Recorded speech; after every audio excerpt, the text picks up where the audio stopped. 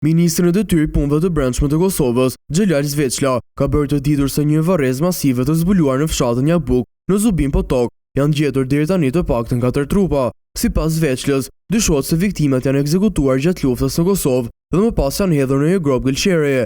Ai tha se hetimet do të vazhdojnë për identifikimin e viktimave dhe zbardhjen e plotë të rrethanave të ngjarjes. Zveçla deklaroi se vendi ku u gjet varreza ndodhet rreth 900 metra larg një lokacioni tjetër ku ishte zbuluar më parë një varrezë masive. Sipas tij, afërsia mes dy vendeve mund të jetë një element që do të shqyrtohet gjatë hetimeve. Ministri shpreh ngushëllime familjeve të personave të zhdukur dhe kërkoi durim deri në përfundimin e procedurave shkencore të identifikimit të mbetjeve mortore, përpara se ato të dorëzohen familjarëve. Në deklaratën e tij, Zveçla akuzoi autoritetet serbe për krimet të kryera gjatë luftës në Kosovë dhe për përpjekje për fshirjen e tyre. Nga ana tjetër, Serbia ka kundërshtuar vazhdimisht akuzat të tilla, ndërsa hetimet për identifikimin e viktimave dhe përsaktimin e përgjegjësive vijojnë nga autoritetet përkatëse.